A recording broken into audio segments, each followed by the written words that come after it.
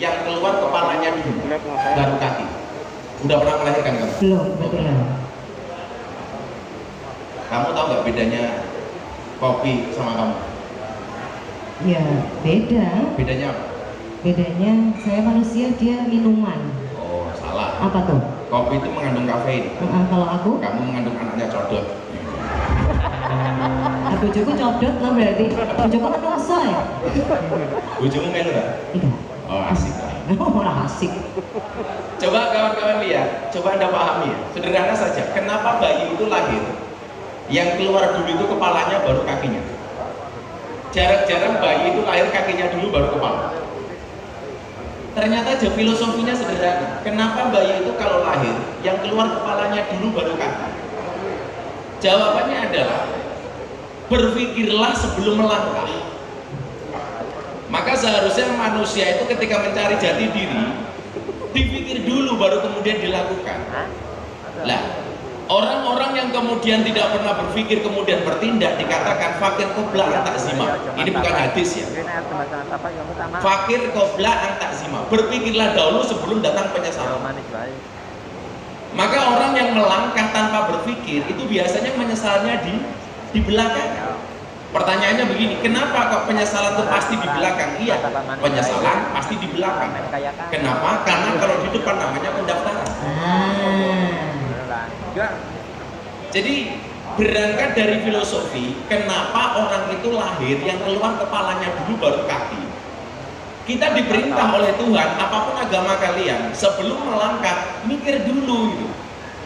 Maka banyak orang kena masalah di kemudian hari gara-gara apa? Banyak action tapi nggak pernah berpikir. Nggak pernah berpikir. Maka saya sering bilang, orang Indonesia itu kalau dijual otaknya, mohon maaf, itu paling mahal dibandingkan otak-otak dari negara lain. Kenapa tuh? Kenapa? Karena otaknya orang Indonesia itu sangat orisinil. Kenapa orisinil? Karena jarang dipakai. Bahkan saya punya teman naik sepeda itu kalau jatuh, yang dipegang bukan kepalanya, dengkulnya. Karena otaknya yang dengkul. Disitulah kemudian kita diperintahkan oleh agama, siapakah orang yang akan kemudian menjadi orang yang sukses? Dikatakan man arafa nafsahu faqad arafa rabbahu. Barang siapa yang mengetahui siapa Tuhannya, maka dia akan tahu siapa dirinya. Kamu pengen tahu bagaimana kamu, itu kamu bisa lihat bagaimana hubunganmu dengan Tuhan. Sesederhana itu. Saya ulangi.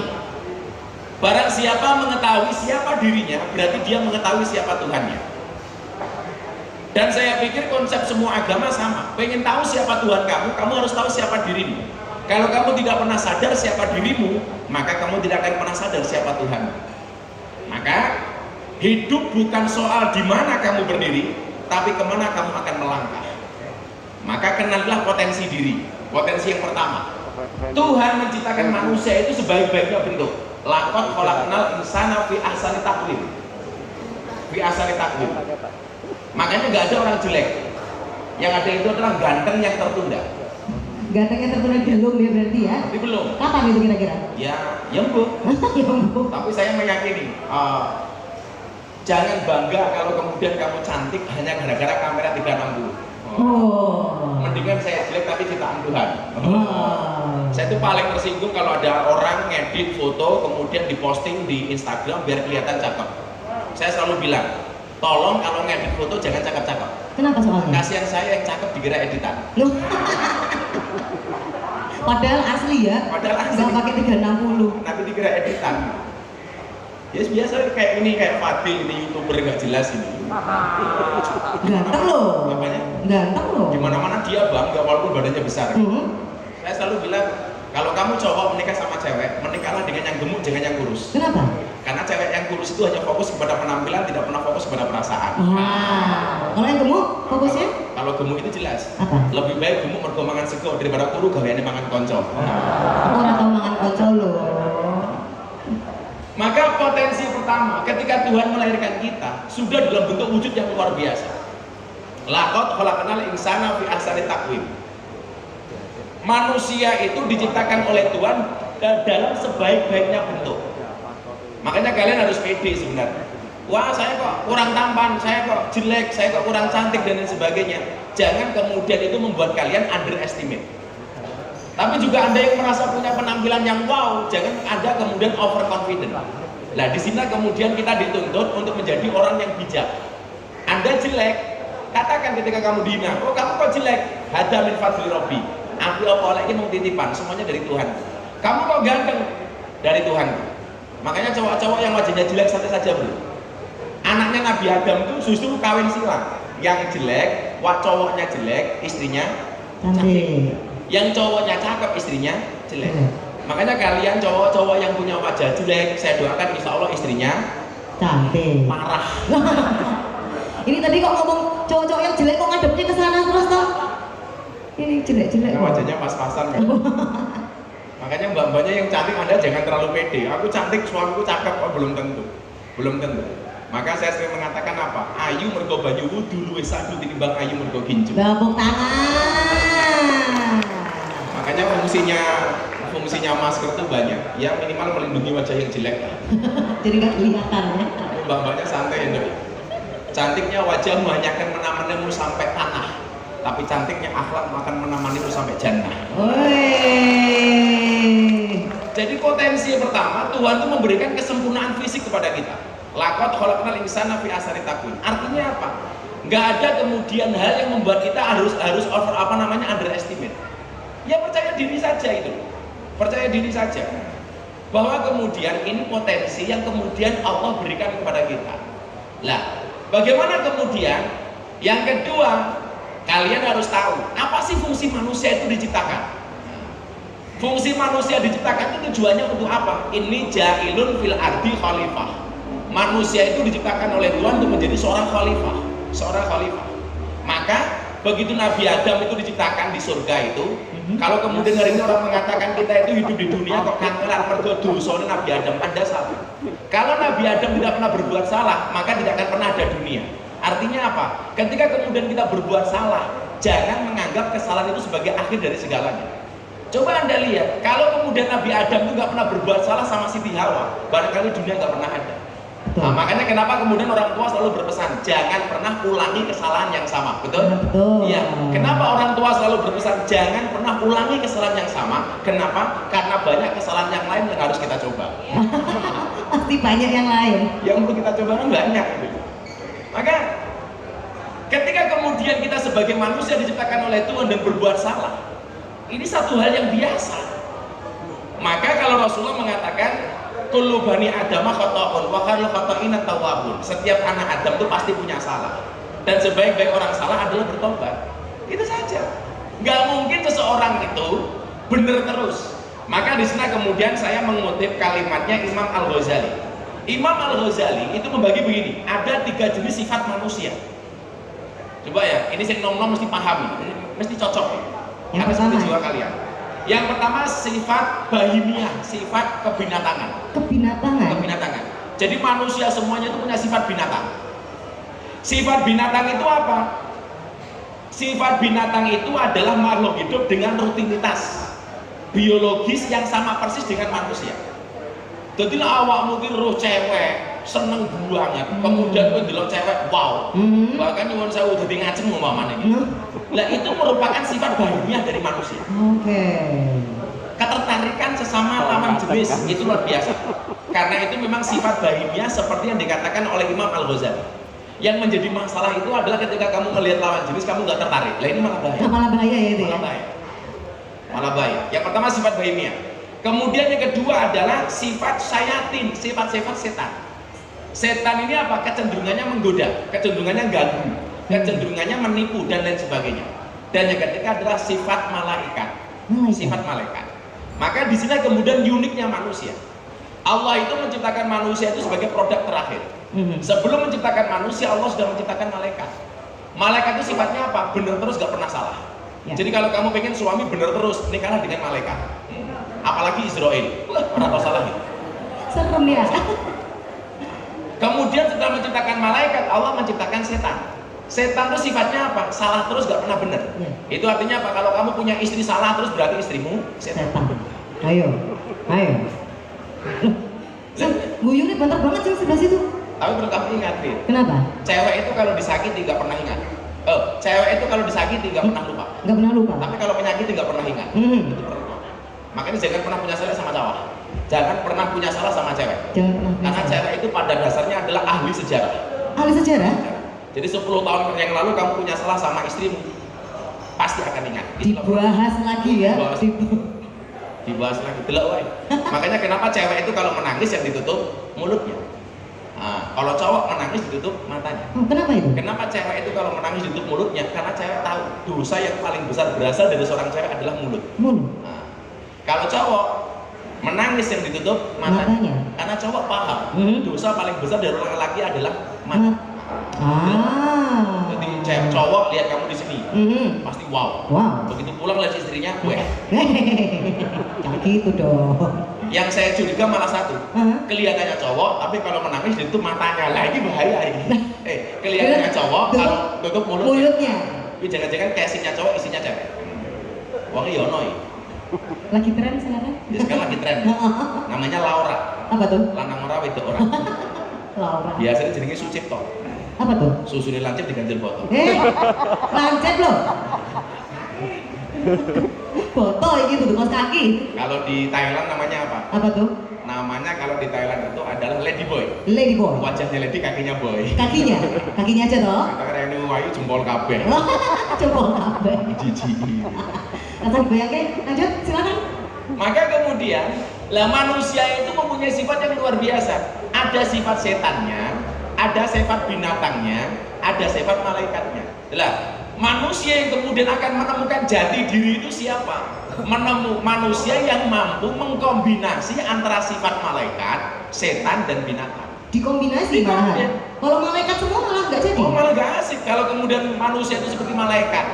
Malaikat saja banyak yang pengen jadi manusia. Kenapa kemudian manusia pengen jadi malaikat? Kan goblok. Ada banyak cerita malaikat Jibril itu pengen jadi manusia karena manusia itu asik. Kalau jadi malaikat punya iman, tok nggak punya nafsu. Sementara kalau setan itu punya nafsu tapi nggak punya iman. Lah manusia itu asik kenapa? Karena punya iman, punya nafsu. Gitu. Maka kalau sama anak-anak sepeda, anak-anak motor saya bilang apa? Iman itu rem, nafsu itu gas. Lah manusia yang selamat itu kapan? Manusia yang mampu dan tahu kapan menggunakan rem, kapan menggunakan gas. Jadi kalau kemudian kita ngaji seperti ini, gas. Ketemu bojo, gas. Ketemu LC ning room, rem. Gas. Rem.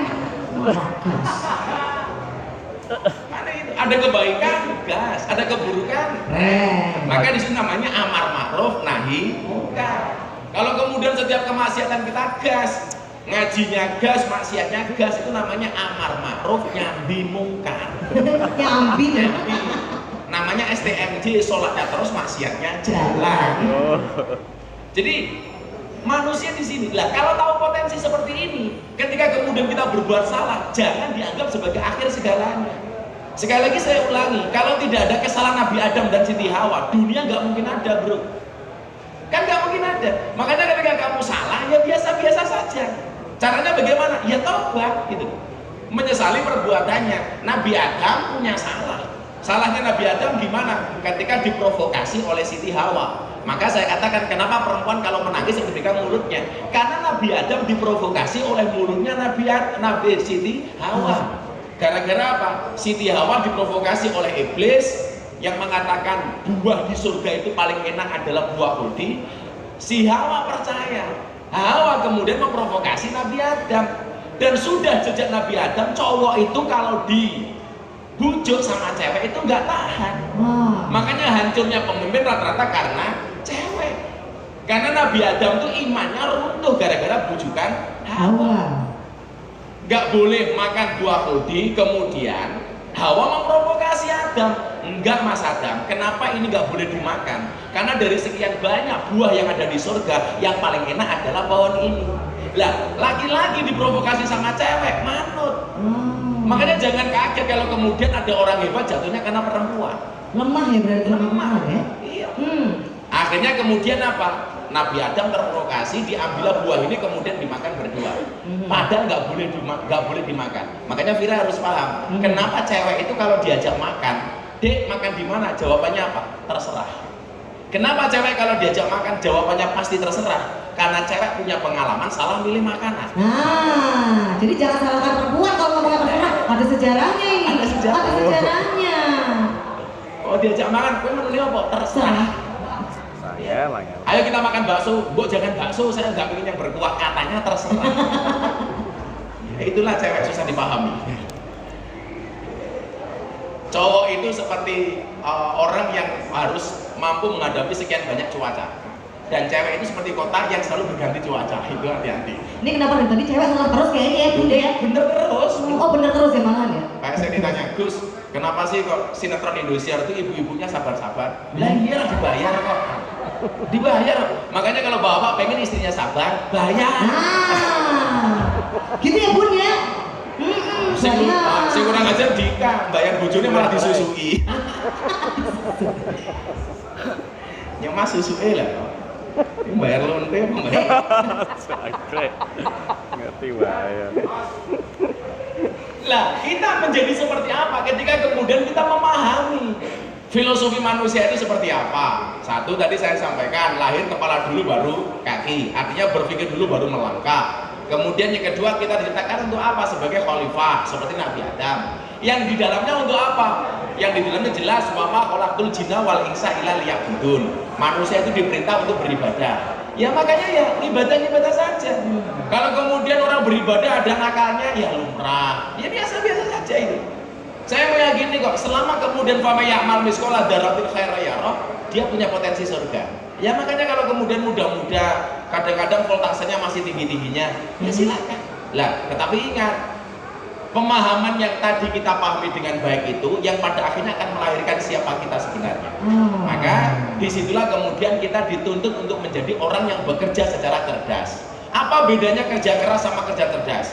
Bedanya satu, kerja keras membuat Anda bertahan hidup. Tapi kalau Anda kerja keras membuat Anda menikmati hidup, Anda pilih mana? Kalau saya milih kerja cerdas. Karena kalau kita kerja keras hanya bertahan hidup, tetapi kalau kita kerja cerdas insya Allah akan menikmati hidup. Maka kawan-kawan, itu pancingan saya malam hari ini. Bagaimana kemudian kita menemukan jati diri seusia dini mungkin, sedini mungkin. Sedini mungkin. Walaupun kemudian ketika kita kerja keras belum tentu kemudian mendapatkan hasil. Tapi ingat, Tuhan tidak melihat hasilnya, tetapi Tuhan melihat prosesnya. Maka fokuslah kepada proses, jangan berorientasi kepada hasil. Kowe kerja soal sesuk hasilnya kaya apa urusan Gusti Allah. Maka itu saya kemudian mengatakan kenapa keringat itu asin? Jelas karena dalam perjuangan tidak ada yang manis. Ya. Tepuk tangan dong. Oke gitu. Dengan kita malam hari ini. Ngomong-ngomong tadi kan menemukan jati diri di usia semuda mungkin ya. Sedini mungkin. Sedini mungkin. Di sini saya mau nanya, di sini ada yang umurnya masih 20-an kah? Boleh angkat tangan? 20-an. 20-an Gus katanya Gus. Oh itu. Oh expired. Expired. Ada yang masih di bawah 20 mungkin? Ya, yang tanya yang muda dulu. Yang muda dulu. Yang masih muda, karena tadi kan sedini mungkin nih konsepnya. Kalau ada yang mau bertanya?